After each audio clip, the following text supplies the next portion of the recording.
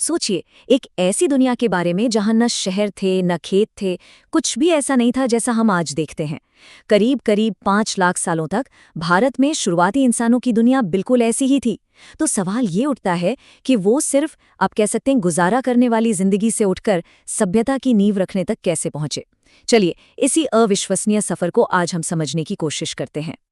तो आज हम जिस सबसे बड़े सवाल को समझने की कोशिश करेंगे वो यही है कि शुरुआती इंसानों ने जो सिर्फ शिकार करते थे और खाना इकट्ठा करते थे, उस जिंदगी से आगे बढ़कर एक कॉम्प्लेक्स सोसाइटी, एक जटिल समाज बनाने की वो जबरदस्त छलांग आखिर लगाई तो लगाई कैसे।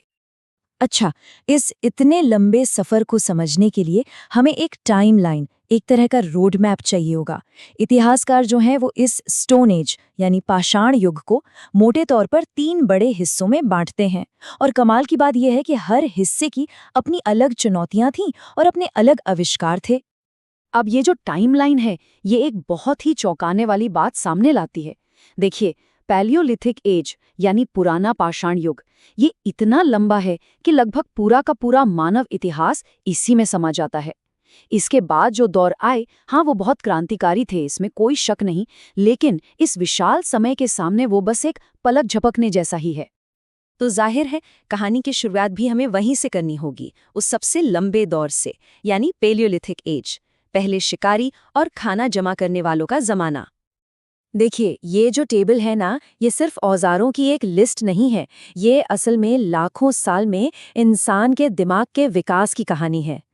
सोचिए, शुरुआती दौर के वो भारी भरकम मोटे पत्थर के औजार, और फिर वहां से लेकर हमारी अपनी प्रजाति यानी होमो सेपियंस के बनाए हुए तेज धार वाले ब्लेड तक का सफर। मतलब हर एक स्टेज एक तरह का दिमागी अपग्रेड था, दुनिया को देखने का और उसे अपने हिसाब से बदलने का एक नया तरीका। और इन लोगों के जो निशान हैं वो हमें पूरे भारतीय उपमहाद्वीप में मिलते हैं। लेकिन कुछ जगहें हैं जैसे कि भीमबेटका, जहां जाकर ऐसा लगता है मानो उनकी दुनिया सचमुच जिंदा हो उठी हो। यहाँ की गुफाओं में चट्टानों की दीवारों पर उन्होंने अपनी कला के पहले निशान छोड़े। ये सिर्फ तस्वीरें नहीं हैं, ये उनकी जिंदगी, उनके विश्वासों की एक गूंज है जो हजारों साल बाद भी हम तक पहुंच रही है। तो पैलियोलिथिक एज के बाद हम एक ऐसे दौर में पहुंचते हैं जब दुनिया खुद बदल रही थी। आइस एज यानी हिमयुग अब खत्म हो रहा था, मौसम गर्म हो रहा था, माहौल बदल रहा था, और इसी के साथ साथ इंसानी जिंदगी में भी एक बहुत बड़े बदलाव की शुरुआत हो रही थी। ये था मेसोलिथिक एज यानी मध्य पाषाण युग। और इस दौर का जो सबसे बड़ा गेम चेंजर था वो थे माइक्रोलिथ्स। आप कह सकते हैं कि ये ताकत से ज्यादा तकनीक की जीत थी।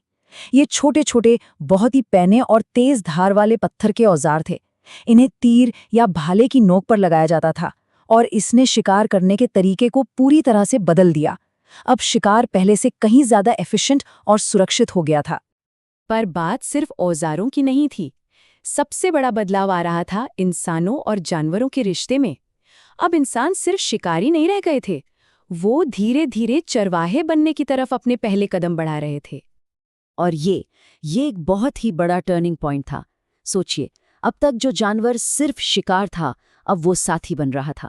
इंसानों ने जानवरों के साथ एक तरह की पार्टनरशिप करनी शुरू कर दी थी, और यही वो साझेदारी थी जिसने आगे चलकर आने वाली कृषि क्रांति की नींव रखी।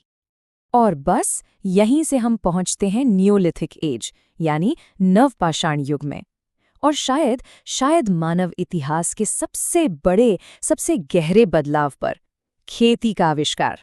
ये सिर्फ कुछ नए औजार बना लेना नहीं था, नहीं, ये मानव समाज का, ह्यूमन सोसाइटी का एक पूरी तरह से नया डिजाइन था।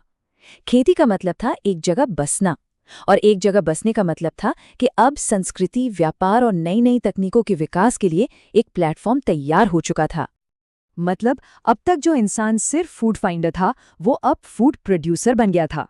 भोजन खोजने से लेकर भोजन पैदा करने तक का ये जो सफर था, इसने इंसानों को अपने वजूद पर, अपने सर्वाइवल पर एक ऐसा कंट्रोल दिया जो पहले कभी नहीं था। पहली बार इंसान पूरी तरह से सिर्फ प्रकृति के रहमो करम पर नहीं था।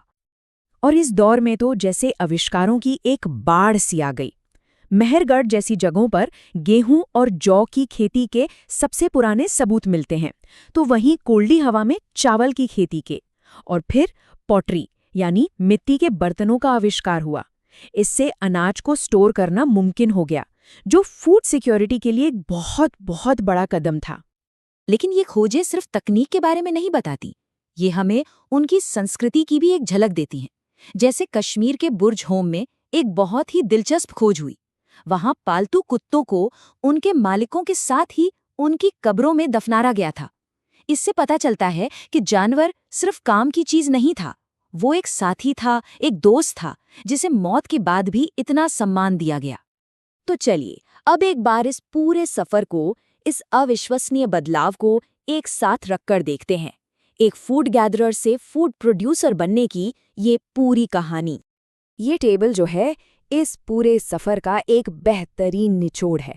पेलियोलिथिक एज का शिकारी, मीजोलिथिक एज का शिकारी और चरवाहा, और आखिर में नियोलिथिक एज का किसान जो खाना खुद पैदा कर रहा था। हर स्टेज एक जरूरी अपग्रेड था, एक ऐसा कदम जिसने उस दुनिया की नींव रखी जिसमें आज हम सब रहते हैं। तो खाना इकट्ठा करने से उसे पैदा करने तक का ये जो बदलाव था, इसने आने वाली हर सभ्यता का रास्ता तैयार किया, सब कुछ बदल दिया। और ये हमें ये सोचने पर भी मजबूर करता है कि इंसानियत के लिए अगला इतना बड़ा बदलाव क्या हो सकता है।